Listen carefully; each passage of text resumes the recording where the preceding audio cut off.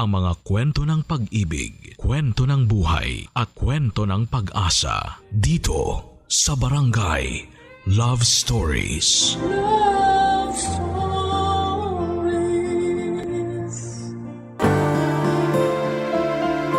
Isang malaking responsibilidad na masasabi ang pagkakaroon ng anak. Kapag hindi ka handa ay huwag kang gumawa. Ikaw kabarangay, handa ka bang magkaroon ng sariling pamilya?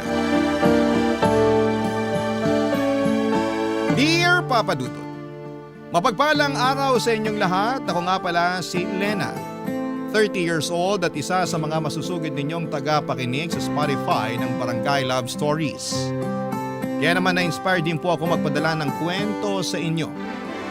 Neto lang nakaraan ay naganap ang lahat ng ibabahagi ko sa inyo. Ito ang naging dahilan ng malaking pagbabago sa akin. Hindi po ako mahilig sa commitment. Lagi akong takot kapag usapang commitment na papadudot. Gusto ko ay casual lang. Lagi akong nakatambay sa mga online dating site para makahanap ng mga papayag sa gusto ko.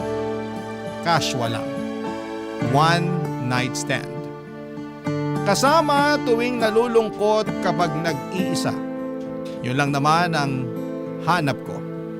Kapag may gusto ng something more, syempre atras kagad ako.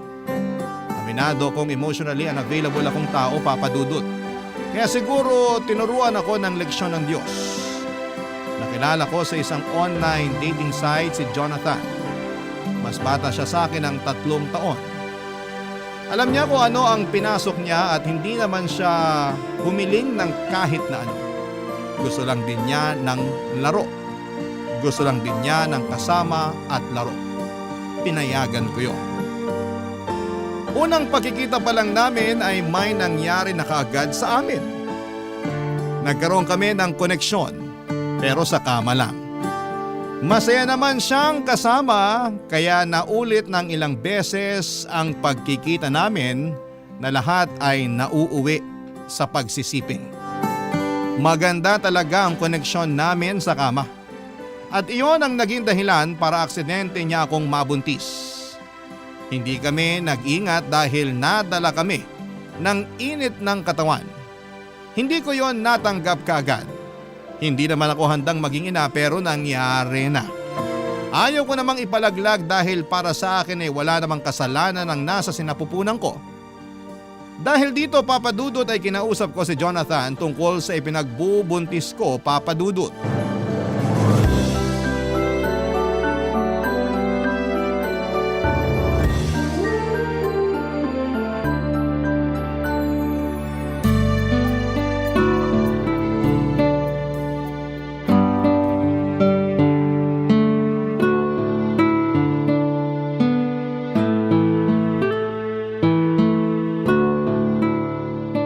Anong oras? Saka saan pala tayo magche-check-in?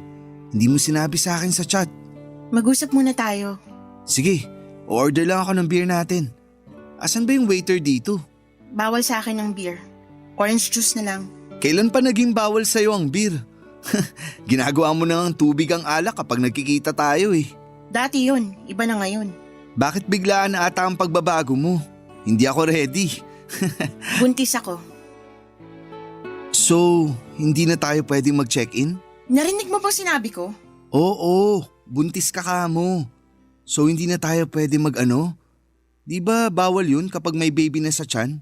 Hindi mo man lang ba tatanungin kung sinong ama ng dinadala ko? Ako ba o iba? Malamang ikaw! Alam mo namang ilang buwan na tayo nag-aano. Malay ko ba kung may on the side ka pa dyan? Seryoso ako, Jonathan. Totoong buntis ako at ikaw ang ama. Eh di congrats sa akin. Magiging ama na ako. Hindi ako nakikipaglokohan hindi to prank. Alam ko. Ba't ganyan ang reaksyon mo sa binalita ko? Kasi masaya ako. Masaya? Hindi planado tong pinagbubuntis ko. Ako lang ba ito nagpapanik sa sitwasyon natin? Hindi ko nga alam kung bakit ka nagpapanik. Malaking blessing ang isang sanggol. Pues hindi ako ready sa blessing na to. Kaya kung may kilala kang santo na malapit sa Diyos, dasalan mo na para bawiin to. Uy, wag naman. Gusto ko pang maging tatay. Paninindigan ko yan. Seryoso ka ba, Jonathan? Hindi biro tong pinagbubuntis ko. Malaking pagbabago buhay natin. Ano naman ngayon? Balang araw naman magiging nanay ka at magiging tatay din ako. Maaga lang nangyari sa atin, pero nakatadhana na to. Sigurado ako. Nakatadhana akong mag-rescue ng mga aspin at maging cool na tita, hindi maging ina. Saya na yung role na binigay sa'yo ng Diyos. Huwag ka nang pumalag. Mahalin mo na lang. Hindi ko alam kung bakit ganyan ang reaksyon mo eh. Pero mamaya lang, sigurado akong matatauhan ka na. Maiisip mo na hindi ka pa handang maging ama. Malabo yan. Gusto ko talagang maging ama. Saka pwede naman na akong magkaroon ng anak sa edad ko. Huwag kang pakakasiguro. Gusto ko talagang maging ama para may i-flex ako sa Facebook. Karamihan kasi ng mga tropa ko may mga anak na. Makijoin na rin ako. Saka para may dahilan ako para tumakas kapag sobra na sa inuman. Higit pa sa pagpe-flex sa Facebook ang pagkakaroon ng anak. Malaking responsibilidad to. At willing naman akong akuin kung gusto mo. Huwag mo sanang ipapalaglag ha. Araw-araw ako makokonsensya kapag ginawa mo yan. Alam ko karapatan mo bilang babae kung gusto mong ituloy ang pagbubuntis mo o hindi. Pero sana maisip mo na hindi ka naman nag-iisa sa pagharap niyan. Andito ako. Kami ni nanay. Ipapakilala kita sa kanya. Magugustuhan mo siya. Jonathan! Ramdam ko na natatakot ka. Siguro mamaya makakaramdam din ako niyan. Pero mas inunahan kasi ako ng saya. Ikaw din. Baka mamaya maging masaya ka na sa bagong blessing na dumating sa buhay natin.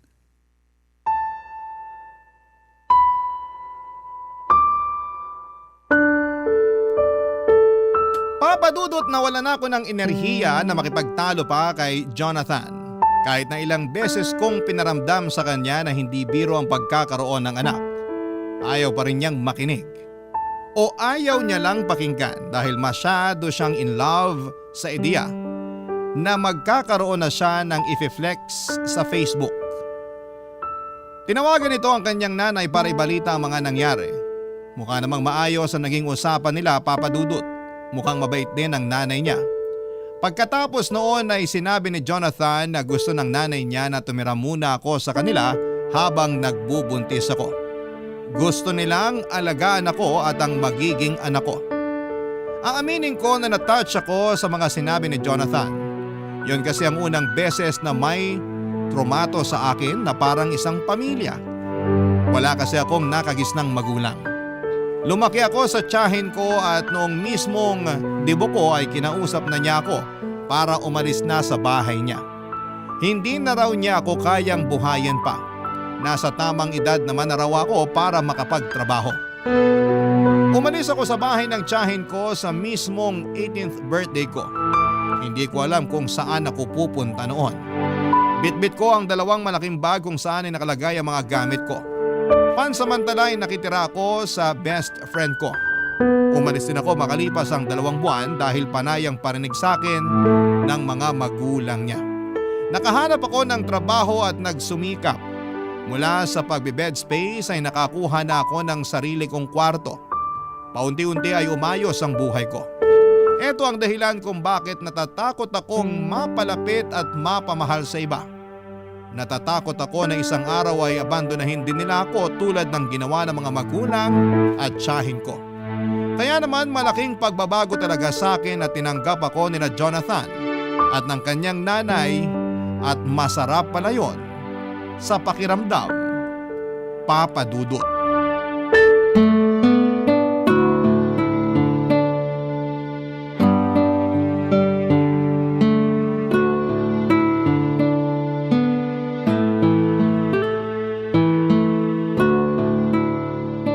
Ikaw pala si Lena. Opo, tita. Nanay na lang ang itawag mo sa akin.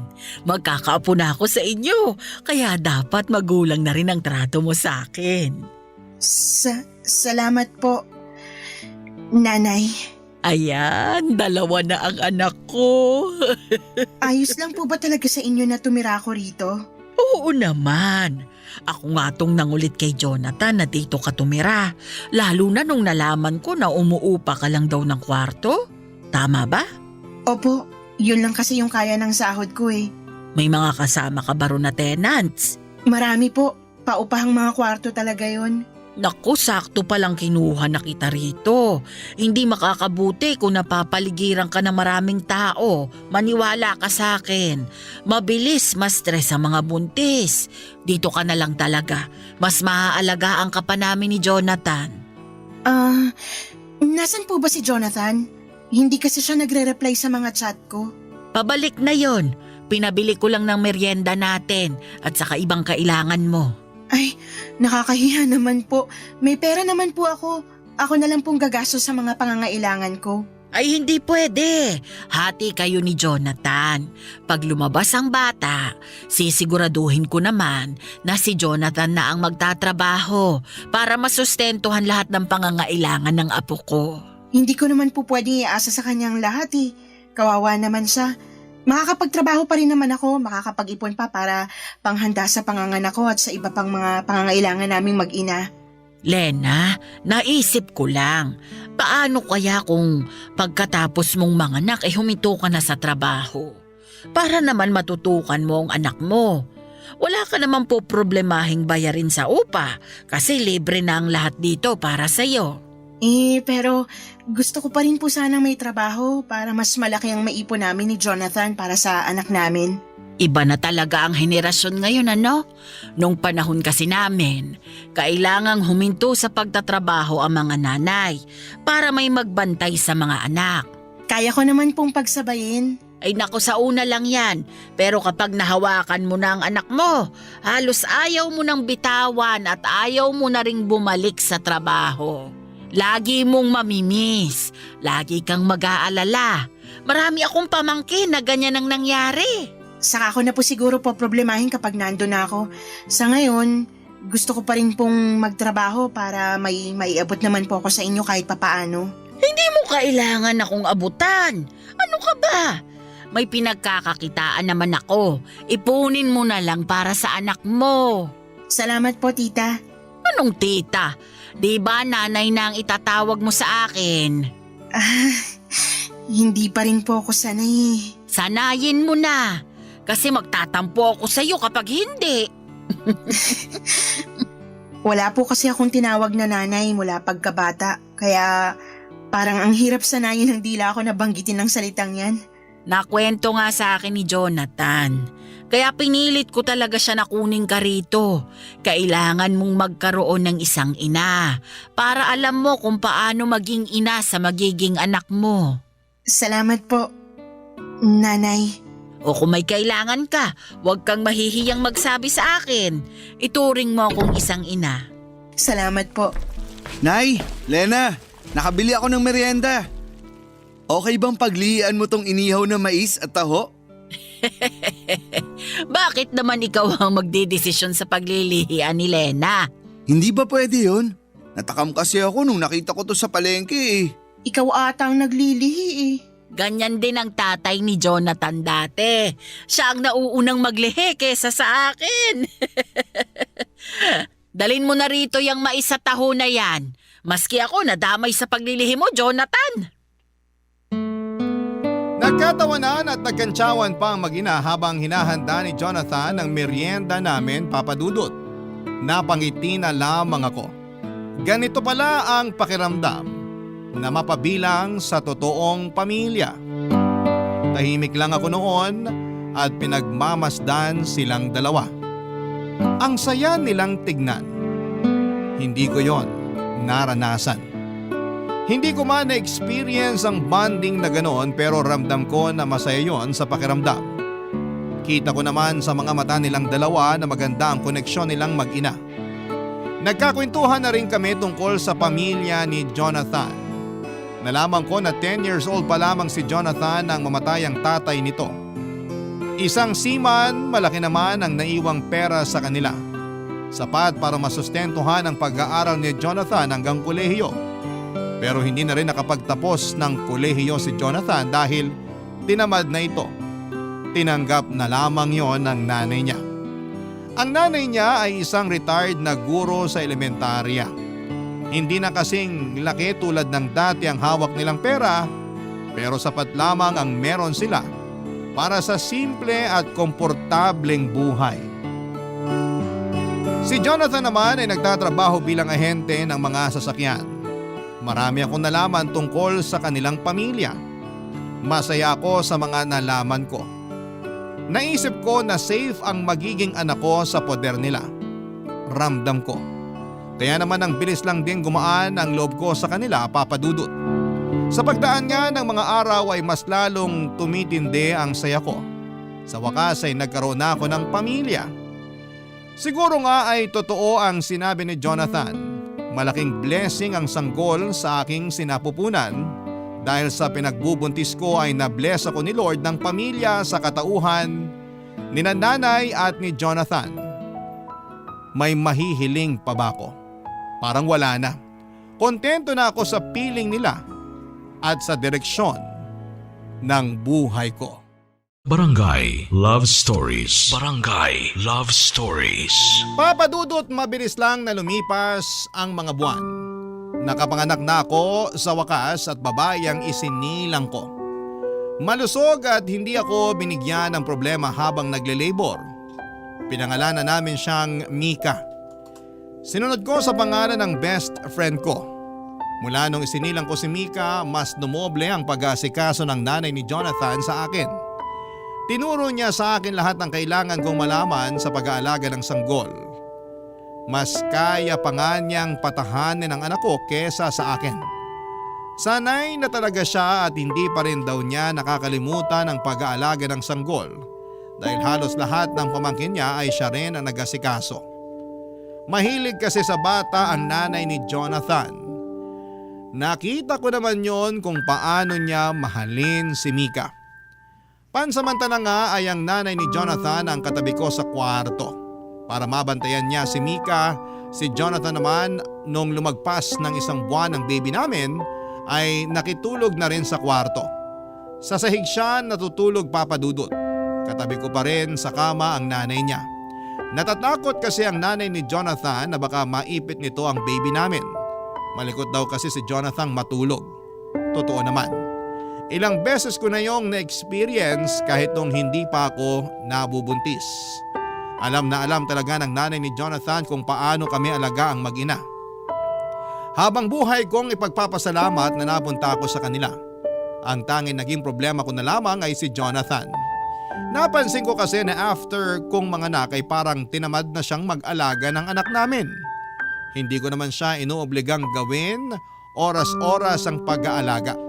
Pero napansin ko kasi na parang umiiwas siyang gawin yon, Papa Dudut.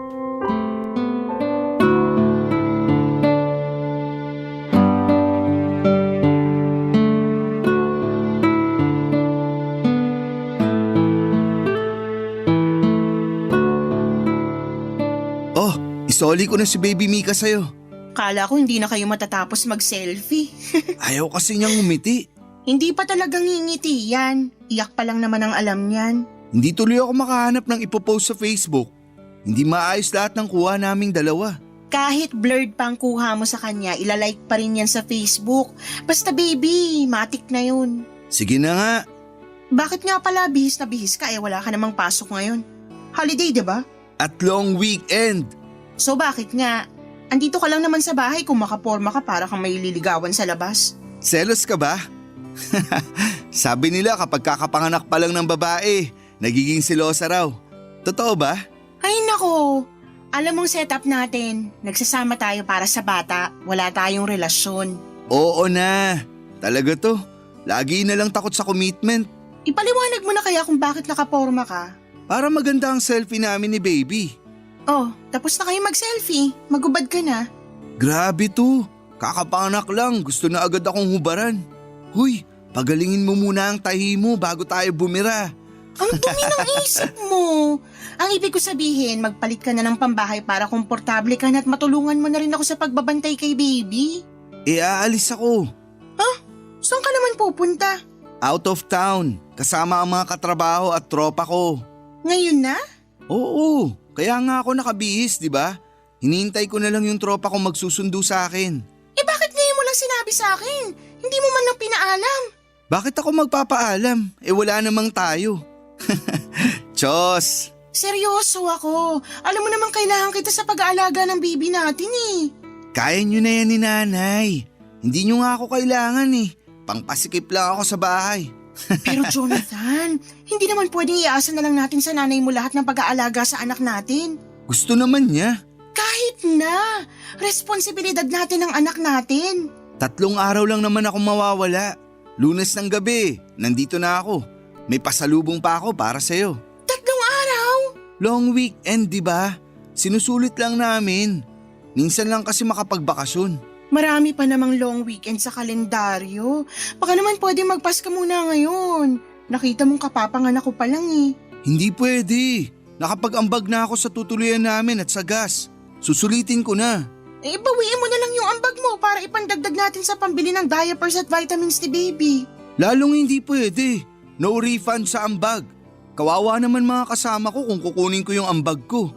Planado na yung budget eh. Sana kasi nagsabi ka man lang sa akin para napag-usapan natin kung pwede kang tumuloy o hindi. Sobra ka namang istrikto. Ngayon lang naman ako magbabakasyon. Pero parang lagi kang nakabakasyon eh. Kahit nandito ka lang sa bahay, hindi kita halos nakikitang pumapasok dito sa kwarto para tulungan ako kay baby. Saka ka lang pumupunta rito para mag-selfie. Buti nga, pumupunta pa ako eh. Wow! Parang utang na loob pa namin ni baby na pumupunta ka pa rito sa kwarto. Iba. Mali ata pagkakasabi ko. Sorry, nabigla lang. Huwag kang magalit ha. Babawi ako sa inyo ni baby pagbalik. Promise. Ako ang mag-aalaga. Matulog ka hanggat gusto mo. Promise. Promise yan ah. Oo. Ayun na, bumusina na yung tropa ko. Aalis na ako ha. Mag-chat na lang tayo. Update na lang. Okay? Bye. Natahimik na lamang ako at pinigilang magalit. Lalo na nung hindi niya maingat na sinarado ang pintuan ng kwarto kaya nagulat ang baby Mika namin. Mas lalo tuloy akong nagngit-ngit sa galit. Iniwan niya kaming mag-ina at akala ko naman dahil long weekend ay makakasama namin siya. Pero hindi pala. Mas inuna niyang makasama ang mga katrabaho at katropa niya. Hindi ko naman siya pinagbabawalang lumabas. Lagi ko naman siyang pinapayagan na makipag-inuman o kung saan man siya pumunta pagkatapos ng trabaho niya. Basta ang sa akin lang ay tumulong siya sa pag-aalaga sa anak namin. Pero hindi ganoon ang nangyayari. Ako at ang nanay lamang niyang nag-aasikaso kay baby Mika. Naya na nga ako na magpatulong sa nanay ni Jonathan dahil hindi naman niya yon responsibilidad. Matagal ko nang napansin yon kay Jonathan. Parang wala talaga siyang interes sa anak namin. Noong nasa sinapupunan ko pa lamang ay excited lagi si Jonathan na mga anak ako para raw maipagmalaki pa niya sa Facebook ang anak namin. Ilang selfie lang ang lumipas pagkatapos kong mga anak ay hindi na niya pinakita ulit sa akin na excited siya sa pagdating ng anak namin. Saka lang talaga niya kinukumusta ang anak namin kapag kailangan niya nang may maipopost sa Facebook.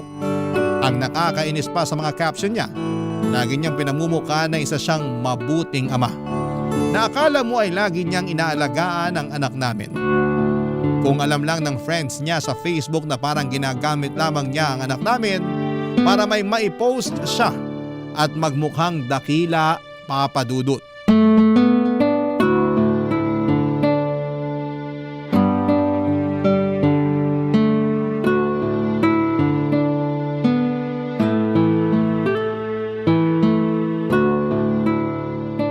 Lena, Bakit?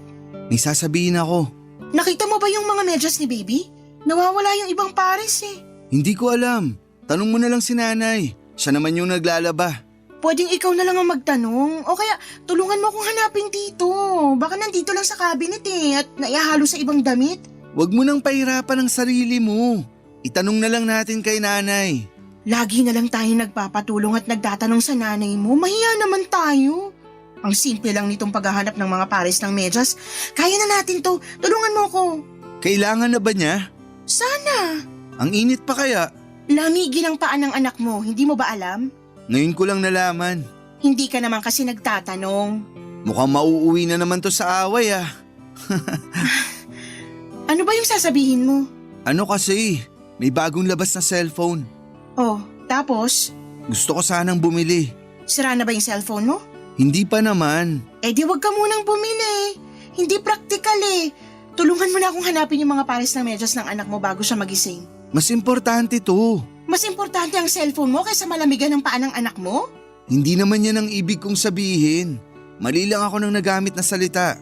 Pero kailangan ko talaga ng bagong cellphone. Para saan nga? Kung parehas lang naman ang purpose sa dati mong cellphone, mas maigi na wag ka na munang bumili. Nagsasayang ka lang ng pera. Ipunin mo na lang para sa future na pangangailangan ng anak natin. Puro na lang anak natin. Paano naman ang kailangan ko? Ano? Sana mali ang rinig ko sa sinabi mo. O sana mali lang ulit ang pagkakagamit mo ng salita. Ang pangit ng dating sa akin eh. Gusto ko lang ng bagong cellphone. Sobrang luma na ng cellphone ko. Mabilis nang malobat. Mabilis malobat kasi panay Facebook at online games ang ginagawa mo. Luma na kasi talaga. Magastos sa kuryente kung lagi ako nagcha-charge. Saka hindi maayos ang camera nitong luma kong cellphone. Kaya ang pangit tuloy ng mga selfie namin ni baby. Alam mo, sige na lang. Bumili ka na lang ng cellphone. Kahit ano pang klaseng cellphone yan o kahit ilang cellphone pa. Bumili ka na. Ayoko na makipagtalo sa'yo. Tulungan mo na lang akong hanapin yung mga pares ng medyas ng anak mo. Teka lang, pag-usapan muna natin tong cellphone ko. Ano pa bang dapat pag-usapan? Pumayag na ako, diba? Kahit ngayon din, bumili ka na. Pero wala akong pera. Eh bakit mo sinasabi sa akin na kailangan mo nang bumili ng bagong cellphone tapos wala ka naman palang pera? May konti ako na itabi, pero pangbakasyon ko sana yun sa susunod na long weekend. Diretsuhin mo ko. Baka pwedeng pairam muna ng pambili ko ng cellphone. Hindi pwede. Ikaw ang gagamit, kaya ikaw ang gumawa ng paraan para bumili. Huwag mo idamay ang pera ko. Ibabalik ko rin naman. Nilaan ko yung ipon ko para sa pangangailangan ng anak natin, lalo't hindi pa ako sigurado kung babalik pa ako sa trabaho o maghahanap ako ng ibang pagkakakitaan. Bad trip naman. Ano ka mo? Wala. Tutulungan mo ba ako sa paghahanap ng medyas ng anak mo? Hindi. Wala ako sa mood. Gusto ko na noong sapakin si Jonathan sa gigil ko, Papa Dudut. Halo-halo na noon ang emosyong nararamdaman ko. Hindi nakakatulong sa postpartum ang pinapakitang kabalbalan ni Jonathan sa akin. Nagmadali siyang lumabas ng kwarto at saka malakas na sinarado ang pintuan. At dahil doon ay nagising ang anak namin.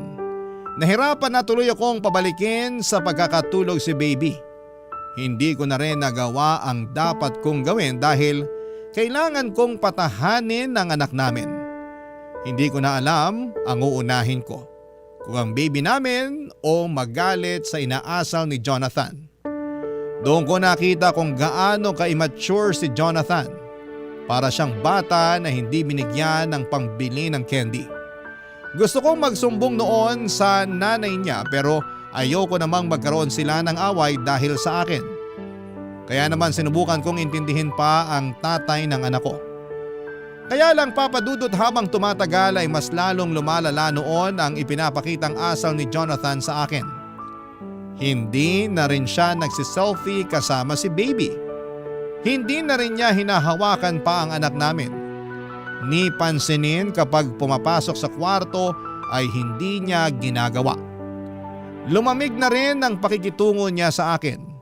Hindi ko na alam ang gagawin ko noon para manumbalik ang koneksyon namin. Kaya naman naglabas ako ng pera at inabot sa kanya. Doon naman ay natuwa siya. May pambili na siya ng cellphone niya at pinangako niyang babayaran niya yon kaagad sa akin. Pero hindi naman niya ginawa yon. Ako tuloy ang nagkakaroon ng problema sa ibang pangangailangan ko at ng anak namin dahil nasa ang ipon ko para ibigay sa kanya para may pangbili siya ng bago niyang cellphone. Barangay Love Stories. Barangay Love Stories. Papa Dudut, sinubukan kong tiisin ang pinapakitang pangbabaliwala ni Jonathan sa akin. Lalo't hindi na ako nakabalik pa sa trabaho. Nagpa siya akong mag-resign sa trabaho para matutukang maigi ang anak namin. Mas ginusto kong maging stay-at-home mom dahil alam kong wala akong maasahang tulong sa pag-aasikaso mula kay Jonathan. Nahihiya na rin ako sa nanay niya lalo't napapansin kong nahihirapan na rin kumilos ang nanay niya dala ng edad nito. Wala akong ibang naging choice at gustuhin ko mang magtrabaho ay hindi ko magawa dahil wala akong mapag-iwanan sa anak namin. Nagtry na lamang akong rumakit ng buy and sell sa Facebook. Konti lang ang nakukuha ko pero sapat na yon pansamantala para may pambili ng kailangan ni baby. Hindi pa rin kasi ako binabayaran noon ni Jonathan mula sa inutang niyang pambili ng cellphone sa akin. Mali nga ata na nakabili ng cellphone si Jonathan dahil mas lalo siyang nakatutok dito. Napabayaan niya lalo ang pag-aasikaso sa anak namin. Napadalas nga ang pagsiselfie niya pero puro siya lamang ang pinopost niya. Hindi na niya sinasama ang anak namin. Samantalang yon ang isa sa mga dahilan niya kung bakit gusto niyang magkaroon ng bagong cellphone para maayos ang pictures ng anak namin na ipopost niya. Pero hindi na niya pinost ang tungkol sa anak namin. Palihim akong nasaktan doon. Pero sinubukan kong baliwalain dahil mas kailangan kong maging matatag para sa anak namin. Lalong mas kinailangan kong maging matatag, lalo't na lamang kong nag-resign na pala sa trabaho itong si Jonathan Papadudut.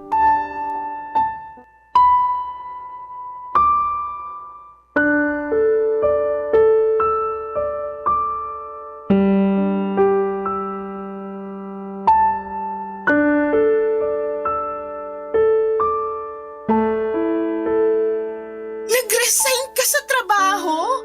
Oo nga, paulit-ulit. Bakit mo naman ginawa yun? Hindi ko na kaya yung pangpa-power trip ng boss ko. Lagi akong pinapagalitan. Bakit ka pinapagalitan?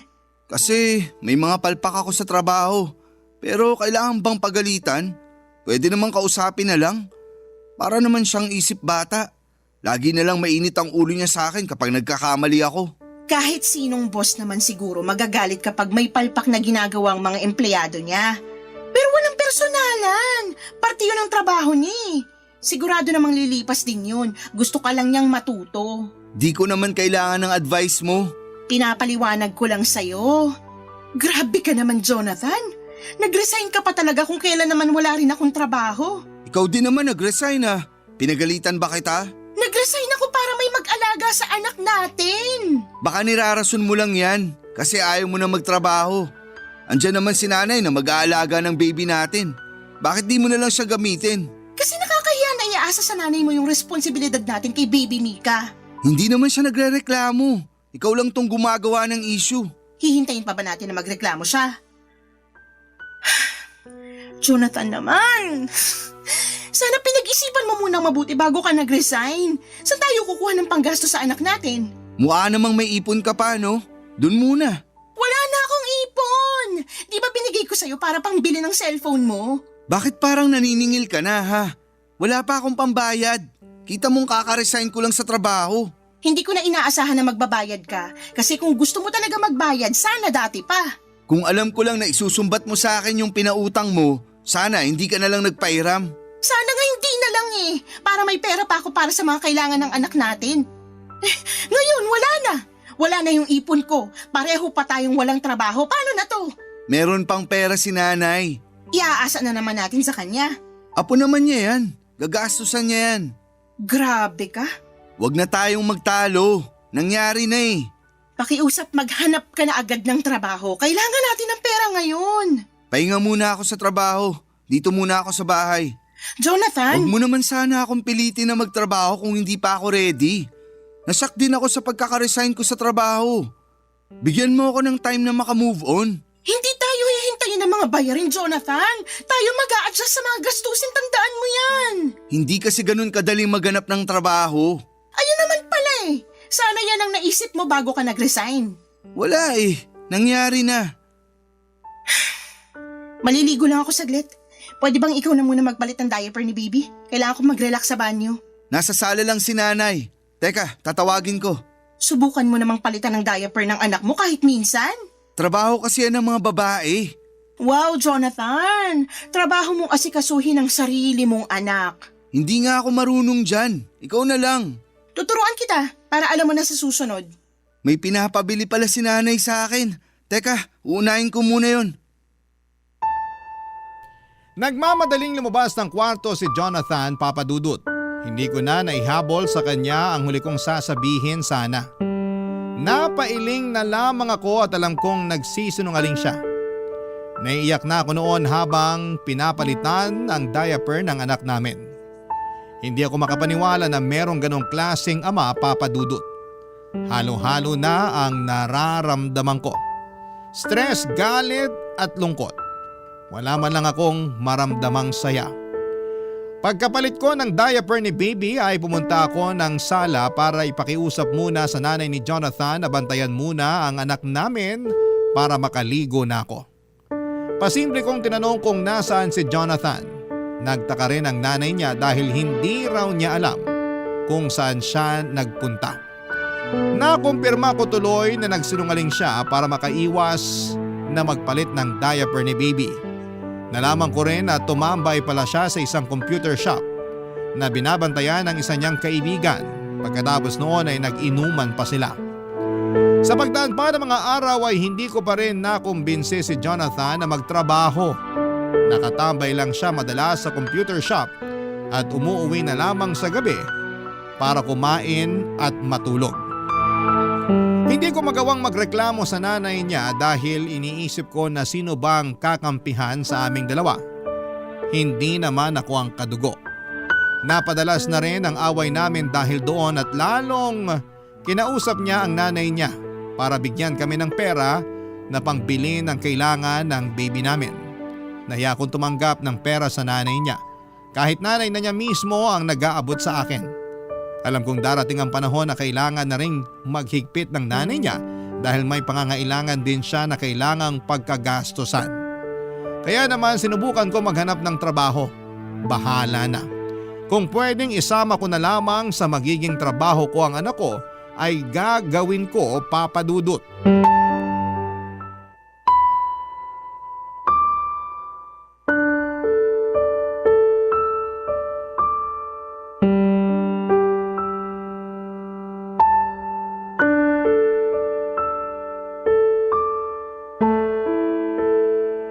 Lena, mag-usap tayo. Maghahanap ka na ba ng trabaho? Hindi yan ang gusto kong pag-usapan. Eh ano pala? Sigurado ka bang anak ko si Baby Mika? Ano? Natanong ko lang kasi syempre, mahilig kang makipag-ano sa ibang lalaki. Gusto ko lang makasiguro. Ikaw lang ang nakakasama ko ng ilang buwan bago nabuo si Mika. Sinubukan mo na bang tingnan ang mukha ng anak mo? Parang ikaw nga lang ang gumawa eh, kamukhang kamukha mo. Nanay mo pa mismo nagsabi na kamukha nyo ng tatay mo si Mika, pati yung nunal sa noo. Ngayon mo pa ako pagdududahan ha? Eh kung may pera ka, ipa-DNA test natin para magkaalaman na. Wag na yung DNA test na yan. Gastos lang yan. Gusto ko lang talagang itanong. Nakaka-insulto ka na. Sorry na. Kung wala ka ng ibang sasabihin, pwedeng lumabas ka na muna bago ako sumabog sa sobrang galit ko sa'yo. Hindi mo naman kailangang magalit. Nagtanong lang ako. Karapatan ko ring malaman ang totoo. Lumabas ka na lang please. May isa pa pala akong sasabihin. Huwag mo na akong galitin lalo please. Hindi ka magagalit. Baka magustuhan mo pa tong naisip ko. Ano yon? Yung dati kong katrabaho, hindi raw sila magkaroon ng anak. Parang hindi ko gustong pupuntahan ang sasabihin mo. Makinig ka muna. Maging open-minded ka. Matagal na silang mag-asawa, pero hindi pa rin sila magkaroon ng anak. Lumapit sa akin yung katrabaho kong lalaki. Baka raw makatulong ako. At ano naman ang maitutulong mo para magkaroon sila ng anak, Aber? Ikaw ang bubuntisin? Hindi Huwag mong sabihin sa akin na akong ipapabuntis mo sa kanya. Uy, mas lalong hindi. Grabe ka naman mag-isip. Walang bubuntisin sa atin. Ano nga ang balak mo? Yung iniisip ko kasi, sakto lang para hindi na tayo mamroblema sa gastusin kay baby. Kasi napapansin ko, lagi ka nalang stress at malungkot dahil kay baby. Walang kinalaman si Baby Mika sa stress at lungkot na nararamdaman ko. Akala mo lang yun. Pero sobrang stressful talaga ang magkaroon ng anak. Lalo kung hindi pa handa yung magulang, di ba? Anong pinupunto mo? Hindi ba pumasok sa isip mo na ipaampon na lang natin si baby? Ano? Makinig ka muna bago ka magalit. Hindi ko na kailangan makinig para hindi ako magalit. Hindi effective. Galit ako sa lahat ng sinasabi mo. Yung katrabaho ko kasi, nakwento ko sa kanya na pwede niyang ampunin si baby para maalagaan at mabigyan ng magandang future. Kasi hindi natin kayang gawin yun, di ba? Pareho tayong walang trabaho. Tapos, wala ka pang kasamang mag-aalaga sa kanya. Hindi ako makapaniwala na naisip mo yan. Gusto ko lang maging praktikal. Paano ba natin bubuhayin ang anak natin? Pareho tayong walang pera. Grabe ka, Jonathan. Grabe. Pumayag yung katrabaho ko na ampunin si baby. Sabi nga nila, baka mag-abot pa sila ng 5K sa atin para pasasalamat. Mag-a-update naman daw sila lagi sa kalagayan ni Baby Mika para makampante tayo. Saka Lena, bibigyan tayo ng 5K. Ayaw mo pa nun?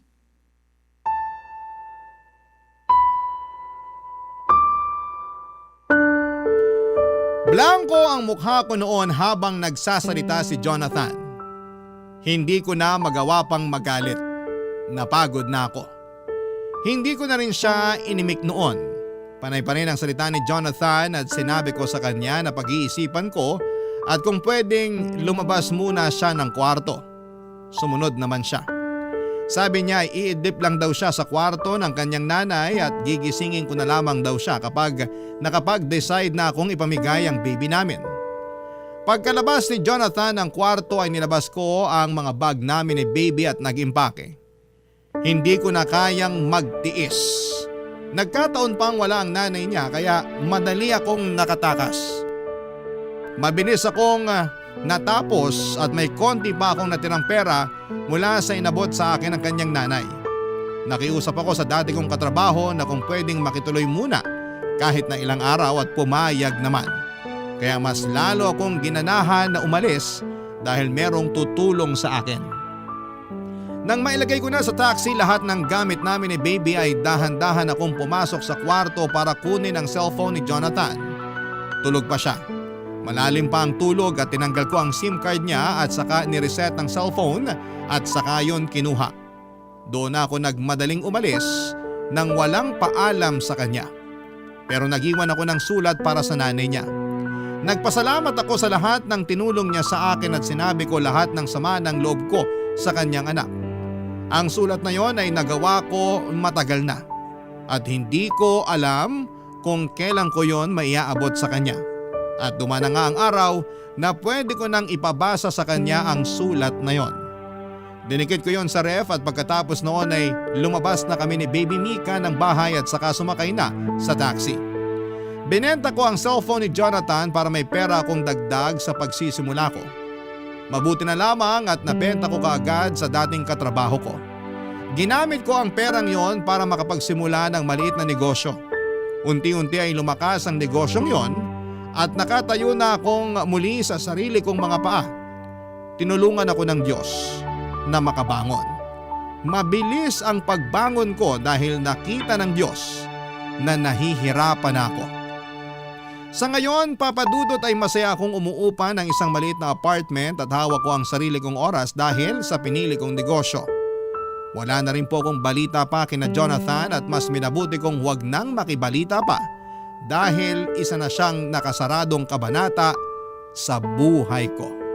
Maraming salamat po sa pagbasa ng aking liham at sana po ay nagsilbing inspirasyon ng aking pinagdaanan. Para sa mga single mom na katulad ko na masugid na nakikinig sa inyo. Ang inyong kapuso at kabarangay forever, Lena. Barangay Love Stories. Barangay Love Stories. Kwentuhan naman tayo dito sa comment section. Nagustuhan ng iyong napakinggan? Ituloy yan via live stream sa www.gmanetwork.com/radio. Barangay LS 97.1 4